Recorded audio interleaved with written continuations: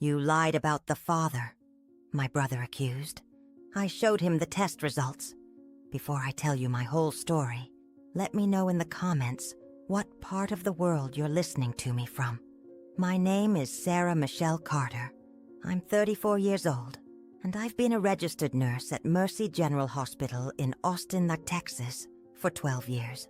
If you asked anyone in my family to describe me, they'd use words like reliable, selfless, or the one who always fixes everything.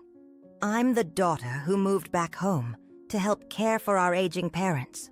I'm the sister who co-signed loans and never said no when someone needed help. And I'm the mother who has raised my 8-year-old daughter, Emma, completely on my own for 9 years. But today, as I sit outside my brother's house, holding a manila envelope that will change everything, I think about how being the dependable one means people take your word for granted. Sometimes being the helper means people assume you're hiding something when you ask for nothing in return. The irony isn't lost on me. The same family I've protected and supported for years has spent nearly a decade questioning my integrity. Emma is at her best friend's sleepover tonight, which is probably for the best. She doesn't need to witness her uncle's reaction when I show him what's inside this envelope. She's already heard enough whispered conversations that stop when she enters the room. Just last week, she asked me why family dinners always feel heavy, and I realized my 8-year-old daughter has been absorbing the tension I thought I was hiding so well. The envelope contains more than just test results. It contains vindication, validation, and the end of 8 years of quiet humiliation. 8 years of being treated like my own word wasn't good enough. 8 years of watching my family exchange meaningful glances when I mentioned Emma's father, as if they knew something I didn't about my own life. I've been carrying this secret for 3 months, waiting for the right moment. That moment came last Tuesday during Dad's 72nd birthday dinner, when I finally understood that some people will never give you the respect you deserve, no matter how much you give them. The thing about being the family peacekeeper is that people forget you have limits. They forget that underneath all that patience and understanding, there's a woman who deserves basic respect. They forget that the person who's always been honest with them might actually be telling the truth, even when the truth makes them uncomfortable. Most importantly, they forget that your kindness isn't weakness. It's a choice you can revoke at any time.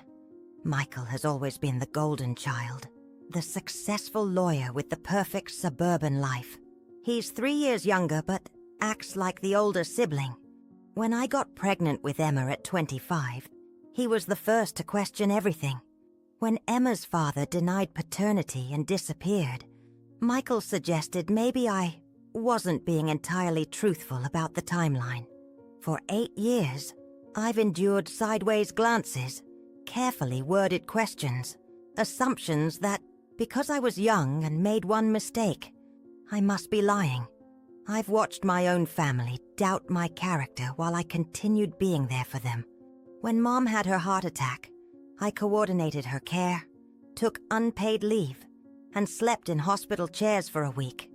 When Dad broke his hip, I managed his rehabilitation, drove him to every appointment, and reorganized their entire house for wheelchair accessibility. When Michael's law firm was struggling, I helped with his mortgage payments for 3 months without being asked to. Through it all, I never asked them to believe me about Emma's father. I just asked them to trust me. That was my mistake. I should have demanded the same loyalty I gave so freely. I should have realized that unconditional support doesn't automatically earn you unconditional belief. That was my mistake. I should have demanded proof of their loyalty the same way they've demanded proof of my honesty. The envelope in my hands feels heavier than it should. Inside are test results that will vindicate everything I've said for the past 8 years. Results that will prove I was telling the truth when I said Emma's father was Dr. David Richardson, the resident I dated briefly during my last semester of nursing school. Results that will show I wasn't lying when I said he was the only man I was with during that time period. Results that will confirm what I've known all along, that being young and making a mistake doesn't make you a liar. But more than that, these results represent something bigger. They represent the moment I stop accepting disrespect in the name of family harmony. They represent the moment I start requiring the people who claim to love me to actually act like it. I take a deep breath, grab the envelope, and step out of my car. It's time for the truth to come out, whether my family is ready for it or not. I should probably start by telling you about the 8 years that led up to this moment. 8 years of being the responsible one while everyone questioned my word. 8 years of sacrifice that apparently didn't earn me the benefit of the doubt. 8 years of watching my daughter grow up hearing whispered doubts about her origin story. When Emma was born, I was finishing nursing school while working part-time. Her father, David, was a surgical resident. We dated for 4 months. Exclusive, but nothing serious. When I told him I was pregnant, his response was swift. Denial. Accusations, then complete silence. He transferred to Seattle before Emma was born, leaving me with medical bills and a baby to raise alone. The abandonment was devastating, but what came after was worse. Having to defend the truth to people who should have believed me without question. Having to prove my integrity to my own family while grieving the relationship I'd lost and adjusting to single motherhood. I never asked my family for money. I worked 3 jobs during Emma's first 2 years and contributed to family expenses without being asked. I paid for Emma's daycare, her medical expenses, everything, while still helping my parents with their bills. But none of that mattered when it came to their opinion of my character. Every family gathering included subtle jabs about responsibility. When Emma started asking about her daddy, my own mother suggested I be careful about what stories I tell her. The breaking point started 3 months ago, when I ran into David at a medical conference. When he saw me, the color drained from his face. When he realized Emma must be his daughter, he had the audacity to ask if I was sure about the timing. That's when I decided to get the DNA test. Not because I had doubts, but because I was tired of being the only person in my family who believed my own story. I collected samples during one of Emma's routine checkups, obtained David's DNA from a coffee cup he discarded at the conference, and sent everything to a certified laboratory. The results came back exactly as expected. 99.97% probability of paternity. David Richardson was undeniably Emma's father, but instead of feeling vindicated, I felt angry. Angry that I needed to prove something that should have been taken on faith. Angry that my own family had spent 8 years treating me like an unreliable narrator of my own life. I decided to keep the results to myself until someone pushed me too far. I didn't have to wait long. Last Tuesday, during Dad's birthday dinner, Michael brought up the subject again. Emma was playing outside when he started talking about the importance of knowing family medical history and how some people aren't always honest about these things. When I asked him to clarify, he looked me straight in the eye and said, "Sarah, we all know you were going through a phase back then. Emma deserves to know the truth about her father." The table went silent. Mom looked down at her plate. Dad cleared his throat uncomfortably, and Michael's wife actually nodded in agreement. That's when I realized they'd been discussing me behind my back, analyzing my past, reaching the conclusion that I was lying about Emma's father. The betrayal cut deeper than any stranger's judgment ever could.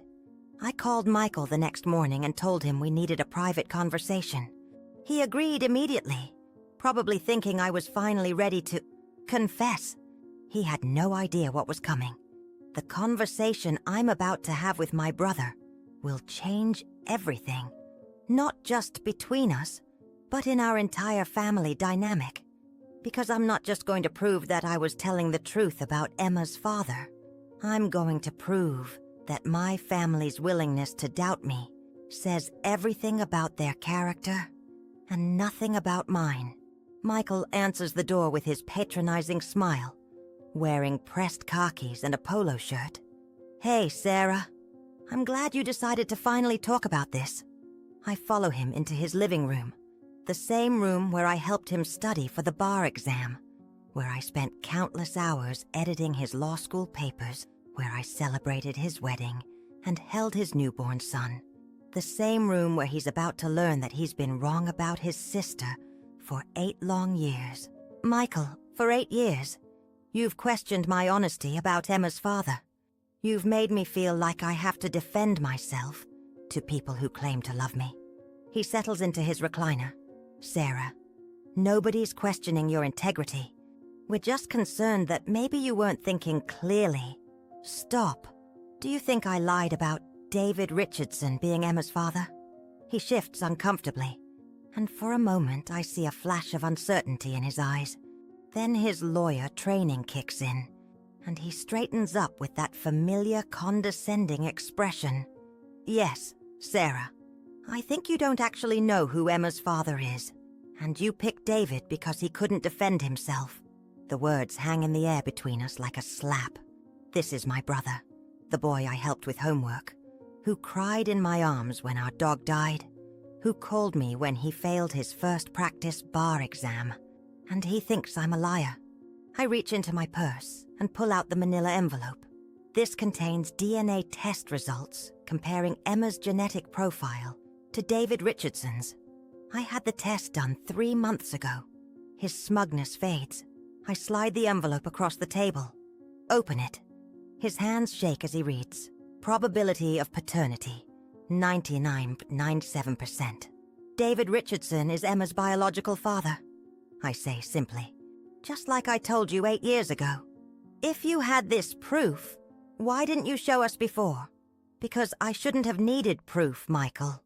I've never lied to you about anything important, and I've earned the right to be trusted." I stand up, and for the first time in our relationship, I'm looking down at him. "You spent 8 years thinking your sister was a liar. 8 years watching your niece grow up under family suspicion. 8 years making me feel like I had to prove my own integrity to people who should have been my biggest supporters." The weight of what he's done is finally hitting him. I can see it in his eyes. The dawning realization that this isn't just about Emma's paternity. This is about trust, respect, and family loyalty. This is about him spending 8 years treating me like someone whose word couldn't be trusted. I had this test done in March. I've been carrying these results for 3 months, waiting to see if anyone would give me the benefit of the doubt. "Sarah, I'm sorry. I'm so sorry. I don't know what I was thinking." "You were thinking that your sister was a liar," I reply. "The woman who helped raise you was lying about her daughter's father for 8 years. I pick up my purse and head toward the door. "Emma and I won't be coming to family dinners anymore. If you want a relationship with us, you're gonna have to earn it. The DNA results are yours to keep," I say. "Feel free to share them with anyone else who's been questioning my honesty." I walk out and don't look back. The next few weeks brought phone calls, text messages, and attempted family interventions. Mom called crying and apologizing. Dad sent a long email explaining he never really doubted me. But the most telling reaction came from my coworkers. They couldn't believe my own family had questioned my integrity for 8 years. My supervisor actually said, "Sarah, you're the most trustworthy person I know." If your own family doesn't see that, the problem isn't with you. That validation from people who actually knew my character helped me realize something crucial. I had been seeking approval from the wrong people. I made a decision during those weeks. Emma and I were going to build a new life, surrounded by people who valued honesty and respected boundaries. I enrolled Emma in karate classes, joined a book club, and started photography classes. For the first time in my adult life, I wasn't the designated family problem solver. I was just Sarah, a successful nurse, a devoted mother, a woman who deserved respect and actually received it. Emma noticed the change too. "Mom," she said one evening, "are you happier now? You smile more and don't look worried all the time." That's when I realized Emma had been watching me sacrifice my happiness for family harmony her entire life. She had been learning that love meant accepting disrespect, that keeping peace was more important than keeping dignity. "Yes, baby," I told her. "I'm much happier now." "Good," she said, hugging me tight. "I like it when you're proud of yourself." Out of the mouths of babes, my 8-year-old daughter had recognized something I was just learning, that self-respect is not selfish. It's necessary. 3 months later, I got a text from David Richardson. "Sarah, I heard about the DNA test. I need to talk to you about Emma. I've made terrible mistakes, and I want to make things right." The irony wasn't lost on me. For 8 years, I had been defending the truth about Emma's father to my own family, while Emma's actual father had been living his life pretending she didn't exist. Now my family finally believed me, and her father finally wanted to claim her. We met at a coffee shop. He looked genuinely remorseful. "Sarah, I owe you the biggest apology of my life. I was a coward 9 years ago." He wanted to meet Emma, contribute to her support, and be part of her life. When I told Emma about her father wanting to meet her, she asked, "Would he be nice to you this time?" Without me explaining details, she understood his absence had been a choice that hurt us. "Maybe we could meet him and see if he's nice," she said. But I like our life the way it is now." Looking back now, 6 months later, I can see how everything had to happen exactly this way. I had to reach my breaking point with my family's disrespect to establish boundaries. Because of the strength I found, standing up to my family, I was able to handle David's reappearance from a position of power, rather than desperation. The transformation has been remarkable. I'm no longer the family member who drops everything to solve everyone else's problems. I'm no longer the one who accepts disrespect in the name of keeping peace. I've learned that being the good one in the family shouldn't mean being the doormat. Michael and I have started talking again, slowly. He's in therapy now, learning that being logical doesn't give him the right to dismiss other people's experiences. My parents are also working to rebuild our relationship, acknowledging they should have defended me instead of staying silent. Emma's relationship with David is developing carefully. He's proven his commitment by paying retroactive child support and showing up consistently. Most importantly, he treats me with the respect I deserve, which Emma notices.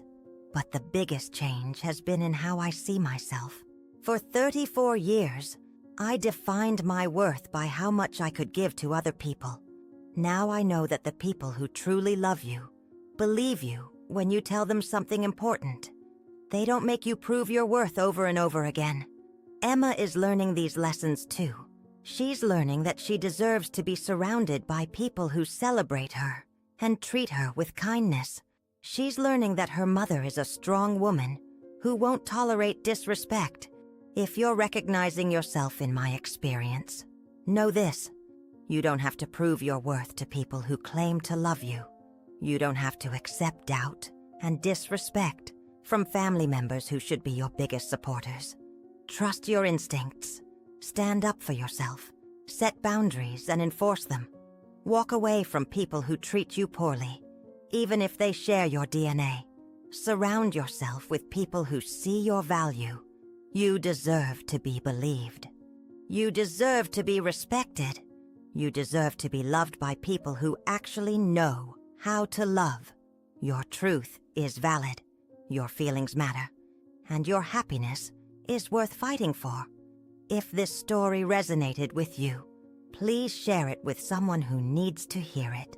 Like this video if you believe that family should be your safe space, not your biggest source of stress. Subscribe for more stories about finding strength, setting boundaries, and building the life you deserve. Remember, The people who truly love you will never make you prove your worth. And if they do, maybe it's time to find new people